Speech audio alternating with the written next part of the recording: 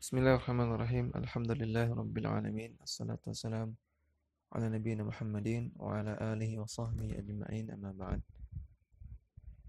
Kita kembali membaca kitab Syurut La Ilaha Illallah wa Nawaqidul Islam karya Syekh Muhammad Sa'id Raslan hafizallahu taala. Beliau mengatakan wasyaratul rabi'u al-inqiyadu al-munafi lit-tarki. Syarat yang keempat adalah al-inqiyad. Al-inqiyad artinya taat. Al-munafi lit-tarki yang merupakan kebalikan dari at-tarku, meninggalkan atau tidak taat. Atau at-tarku bisa juga dimaknai tidak mau mengerjakan. Ya, secara terlek artinya meninggalkan. Namun yang lebih tepat kita maknai at-tarku di sini meninggalkan atau tidak mau mengerjakan. Apa definisi dari al-inqiyad? Wadzalika bi ayyan qada lima dallat alaihi kalimatul ikhlasi. Yaitu seseorang taat atau patuh kepada semua yang menjadi konsekuensi dari kalimatul ikhlas, kalimat la ilaha illallah. Wala'alla al-farqa bainal inqiyadi wal qabuli, dan bisa jadi perbedaan antara al-inqiyad dan al-qabul ya, karena al-inqiyad dan al-qabul mirip-mirip, hampir sama. Apa perbedaannya? Beliau katakan annal qabula idharu sihhati ma'na dzalika bil qabuli. Bahwasanya qabul adalah menampakkan ketaatan tersebut dengan qaul. Ya, menampakkan ketaatan, menampakkan penerimaan terhadap konsekuensi dari kalimat la ilaha illallah bil qauli, dengan perkataan. Bahwasanya saya menerima dalil, saya siap menerima Al-Qur'an, saya siap menerima hadis. Ini adalah firman Allah, ini adalah sabda Nabi, saya terima. Makin namanya qabul. Fayaqbaluhu wa yu'linu dzalika nutqan bil lisani. Dia menerima konsekuensi dari la ilaha illallah dan dia yu'linu, mengumumkannya, menampakkannya, dzalika nutqan bil lisan, dengan mengucapkannya secara lisan. Wa amal inqiyadu, adapun al-inqiyad, fahuwal ittiba'u bil af'ali. Al-inqiyad adalah al-ittiba', mengikuti tuntunan syariat, bil af'al, dengan perbuatan. Nah, jadi kalau kata beliau Syekh Muhammad Sa'id Raslan, perbedaan antara qabul dan al-inqiyad adalah pada amalannya. Kalau qabul berupa lisan, kalau al-inqiyad berupa perbuatan. Ya, kalau qabul yaitu dengan mengatakan bahwasanya saya menerima Al-Qur'an, saya menerima hadis. Ini perkataan Allah, ini perkataan Nabi, saya terima. Ini namanya qabul. Adapun al-inqiyad itu menjalankannya. Ketika menerima Al-Qur'an, memerintahkan untuk sesuatu, maka dijalankan. Ketika menerima hadis dan hadis memerintahkan sesuatu, maka dijalankan. Atau Al-Quran melarang sesuatu, maka ditinggalkan. Demikian juga hadis melarang sesuatu, maka ditinggalkan. Wa ilzamu minhuma jami'an al-ittiba'. Dan dari keduanya, yaitu al-inqiyad dan al-qabul, semuanya berkonsekuensi adanya al-ittiba'. Ya, dua-duanya konsekuensi dari dua ini, qabul dan inqiyad, adalah ittiba', ngikuti syariat. Ya, ittiba' di sini artinya mengikuti syariat, mengikuti Al-Quran dan mengikuti As-Sunnah. Fal inqiyadu huwal istislamu wal id'anu. Maka al-inqiyad artinya adalah al-istislam, pasrah menerima, wal id'an, dan taat. Wa adamu ta'aqqubi li syai'in min ahkamillahi, dan tidak ta'aqqub, tidak protes sama sekali terhadap hukum-hukum Allah. Qala ta'ala, Allah Ta'ala firman, wa anibu ila rabbikum wa aslimu lahu. Dan kembalilah kepada Rabb kalian dan pasrahlah kepada Rabb kalian. Surat Az-Zumar ayat 54. Maka Allah katakan di sini wa aslimu lahu. Pasrahlah dalam menerima hukum-hukum dari Allah Subhanahu wa taala. Wa min al-inqiyadi aidan lama jaa bihi an-nabiy sallallahu alaihi wasallam. Dan juga termasuk inqiyad, termasuk taat adalah taat kepada apa-apa yang dibawa oleh Nabi sallallahu alaihi wasallam. Ar-ridha bihi wal amalu bihi. Ridha terhadap apa yang dibawa oleh Nabi dan mengamalkan apa yang dibawa oleh Nabi. Duna ta'aqqubin au ziyadatin au nuqsanin. Tanpa protes sama sekali, tanpa ziyadah, tanpa penambahan dan tanpa nuqsan, tanpa pengurangan. Maka termasuk inqiyad adalah mengikuti Nabi sallallahu alaihi wasallam tanpa protes, tanpa ditambah-tambah dan tanpa dikurangi. Qala ta'ala, Allah Ta'ala firman, "Fala wa rabbika la yu'minuna hatta yuhakkimuka fima shajara bainahum." Demi Allah, tidak beriman mereka sampai mereka mau berhukum kepada engkau wahai Muhammad fima syajara bainahum, dalam perkara-perkara yang mereka perselisihkan. Thumma la yajidu fi anfusihim haraja. Kemudian di dalam diri mereka tidak terdapat harajan, tidak terdapat rasa jengkel, rasa tidak suka, mimma qadaita, atas apa yang engkau putuskan. Wa yusallimu taslima, dan mereka mau menerima keputusanmu, mau menerima tuntunanmu dengan tasliman, dengan pasrah, dengan penerimaan sepenuh hati. Surat An-Nisa ayat 65. Ya, maka di sini Allah katakan tidak beriman seseorang sampai kita mau mengikuti tuntunan Nabi, sampai kita mau ikut apa kata Nabi dan tidak ada haraj dalam hati kita.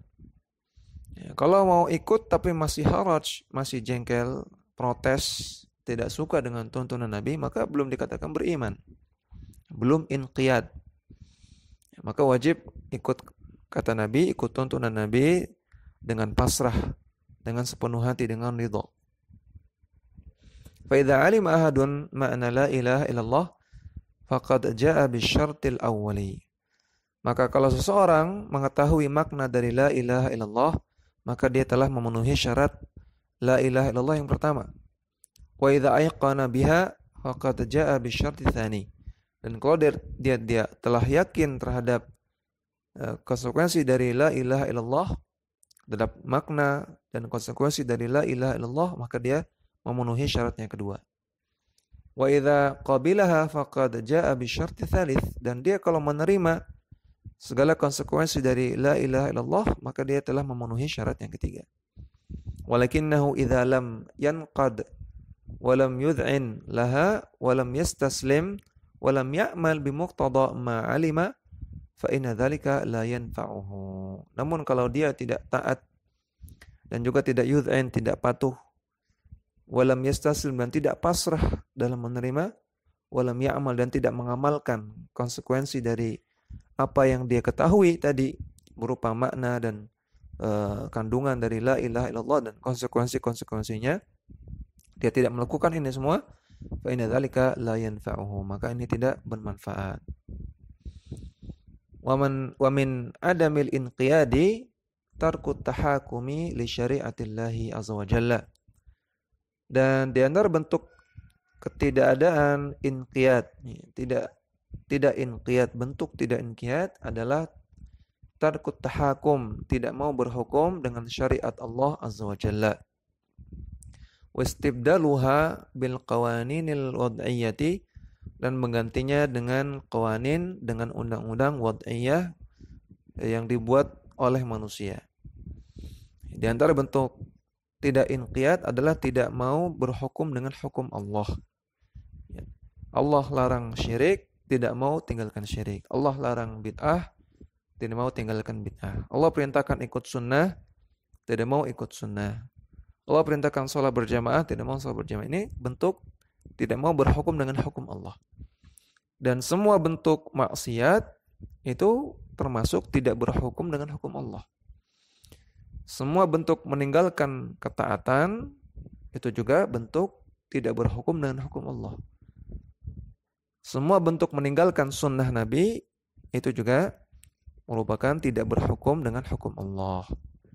Ya, dan juga termasuk tidak berhukum dengan hukum Allah adalah berhukum dengan undang-undang buatan manusia. Ya, namun perlu diketahui bahwasanya berhukum dengan undang-undang buatan manusia ini terbagi menjadi 3 rincian. Yang pertama, berhukum dengan undang-undang yang sejalan dengan hukum Allah. Yang sejalan dengan hukum Allah. Seperti misalnya jika ada aturan wajibnya pakai jilbab. Jika ada aturan berbuat baik sama tetangganya. Jika ada aturan untuk menutup aurat, maka ini sejalan dengan hukum Allah, maka ini boleh berhukum dengan undang-undang tersebut.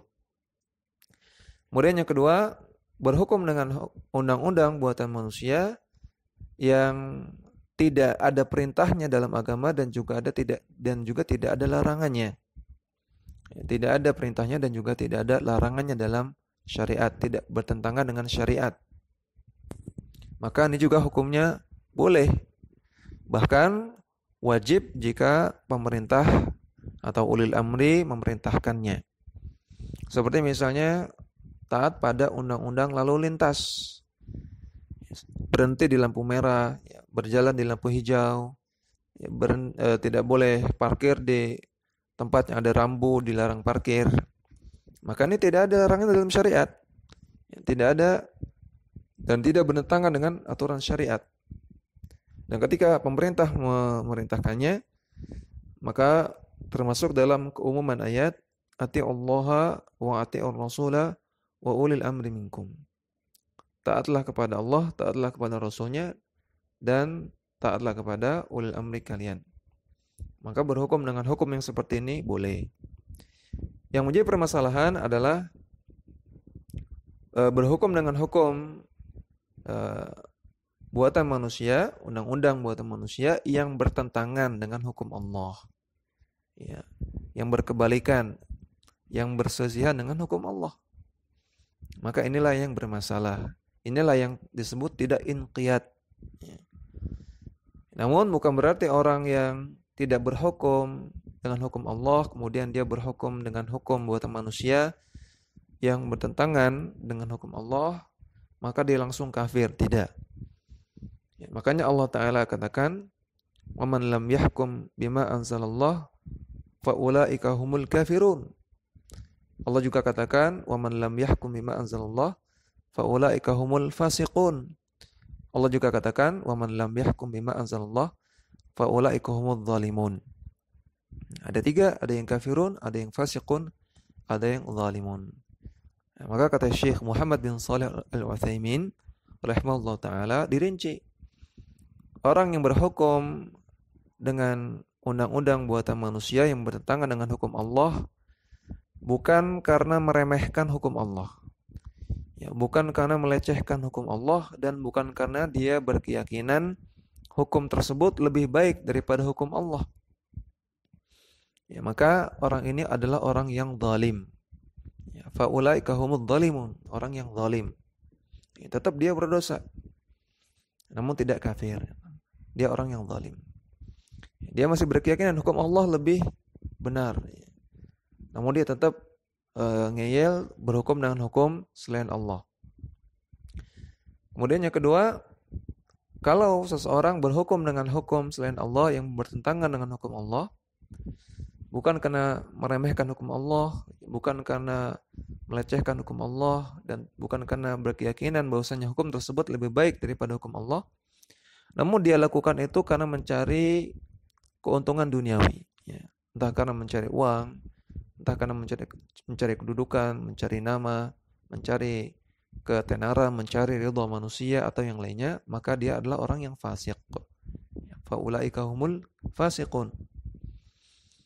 Adapun orang yang berhukum dengan hukum selain Allah, hukum buatan manusia yang bertentangan dengan hukum Allah, dengan keyakinan bahwasanya hukum tersebut lebih baik daripada hukum Allah, dan dia meremehkan hukum Allah, melecehkan hukum Allah, mengatakan hukum Allah sudah tidak relevan, sudah kuno, yang harus ditafsirkan ulang, harus direvisi atau semisalnya, maka inilah yang terancam oleh ayat wa man lam yahkum bima anzalallah faulaika humul kafirun.